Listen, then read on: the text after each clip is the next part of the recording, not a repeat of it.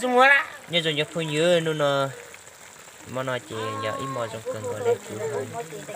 Giờ là tuần này là năng ở cái nó. Giờ là ít tuần chỉ cho lụa cá kho nữa.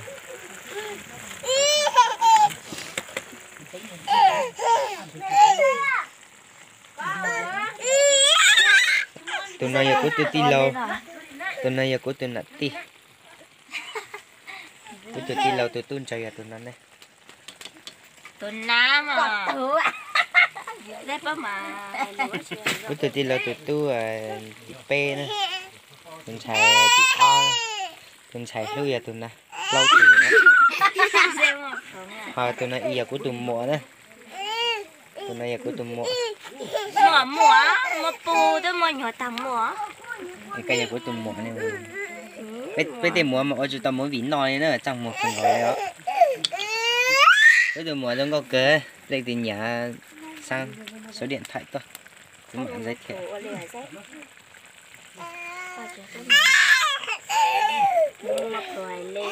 Nó được xa số điện thoại toàn trái có. Có chàng. Mà tụi con tự làm được rồi. Anh chị chẳng. Tụi con tự Cút cha có sách, có khá hết nha. Thế nào tua? Giờ lại cho tụi nó nữa. Cho nó nhú. Cho nó nhú tha xa. Nhú tha xa nữa. Sau này tao vô một kia.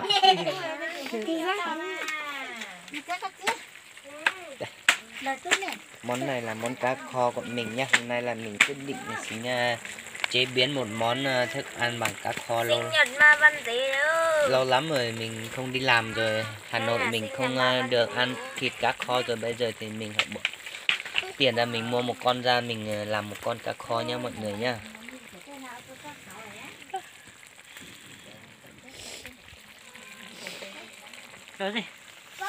Xin giới thiệu về tất cả mọi người đây toàn là những người này toàn là tất cả ở trong này là cháu của mình hết thôi.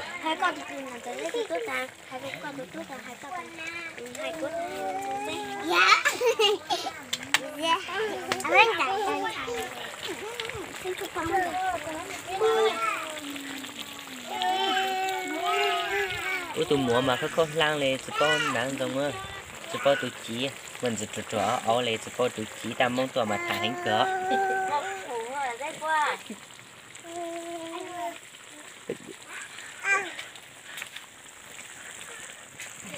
Đây có mà thôi qua đi điều rồi mà đây có Lắm ấy.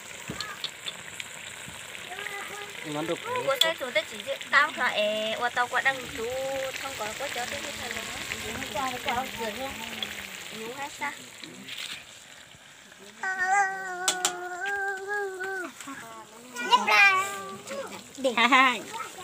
Chị đen lìn.